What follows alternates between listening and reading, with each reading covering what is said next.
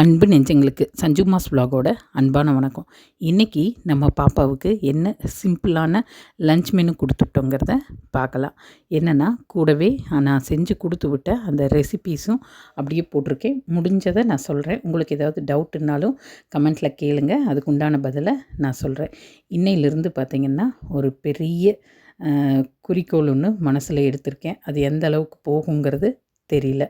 ஏன்னா ஆரோக்கியமான சமையல் நம்ம இவ்வளோ நாளுமே ஹெல்த்தி லைஃப் ஸ்டைல்னு ஒரு ஹேஷ்டேக் போட்டுட்ருக்கோம். ஆனால் அதுக்கு 100% நம்ம இருக்கிறோமானா ஒரு சில நேரங்களில் இல்லை. அதனால் முடிஞ்ச வரைக்கும் இனி நிறையவே நல்ல ஹெல்த்தி ஃபுட்டாகவே சமைச்சு கொடுக்கலாம். அதே போல் நம்மளும் கொஞ்சம் வெயிட் லாஸ்க்கு உண்டான வேலைகளெல்லாம் ஆரம்பிக்கலான்னு சொல்லி முடிவு பண்ணியிருக்கேன். அது எந்தளவு சக்ஸஸாக போகுதுன்னு தெரில. கொஞ்சம் அது எனக்கு கை கொடுத்ததுன்னா கண்டிப்பாக அதை எல்லாமே உங்க கூட ஒன்று ஒன்றா ஷேர் பண்ண ஆரம்பிச்சுக்கணும். என்னென்னா நேற்றே பார்த்திங்கன்னா நேற்று காலையிலேயே கடலை, அதாவது நிலக்கடலை பச்சை நிறக்கடலை காஞ்சது இருந்தது. அதை காலையிலேயே ஊற போட்டுட்டேன். ஊற போட்டு ஒரு மதியம் அந்த தண்ணியை நல்லா வடிச்சிட்டு அதை நல்லா ஒரு கண்டெய்னரில் போட்டு நல்லா லாக் பண்ணி வச்சுட்டேன். அது காலையிலேங்கும்போது எல்லாம் முளைச்சி வந்துருச்சு. குட்டி குட்டியாக தான் முளைச்சி வந்திருந்தது. பாசிப்பயிர் அளவுக்கு இது வராது. அதையே வேக வச்சு அது கூட பச்சையாக கொஞ்சம் கேரட்டும் இஞ்சி பச்சை மிளகாய் எல்லாம் பொடியாக கட் பண்ணி போட்டு அதையே கலக்கி வச்சுட்டேன். அது கூடவே பார்த்திங்கன்னா இன்றைக்கி நல்லா வடித்த சாதமும் சாம்பார் பார்த்திங்கன்னா நீர் சத்து அதிகம் உள்ள சொரக்காய் போட்டு ஒரு சாம்பார் வச்சுருக்கேன்.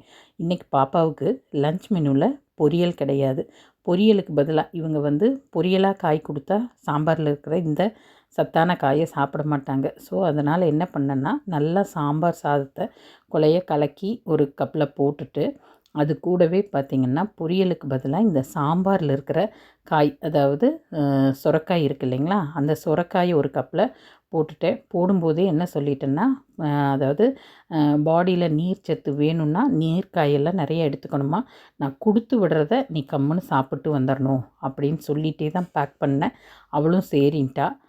அதே போல் பார்த்திங்கன்னா ஒரு கப்பில் சாம்பார் சாதம், இன்னொரு கப்பில் சொரக்காய், அந்த சாம்பாரில் இருக்கிற காயவே வடித்து அதே போட்டாச்சு. அது கூடவே பார்த்திங்கன்னா நிலக்கடலை வேக வச்சு அதையை தாளிக்காமல் இது மாதிரி கேரட் பச்சை மிளகாய் இஞ்சி கொஞ்சமாக சால்ட்டு, ஏன்னா வேகும்போதே கடலைக்கு சால்ட்டு போட்டுட்டோம்.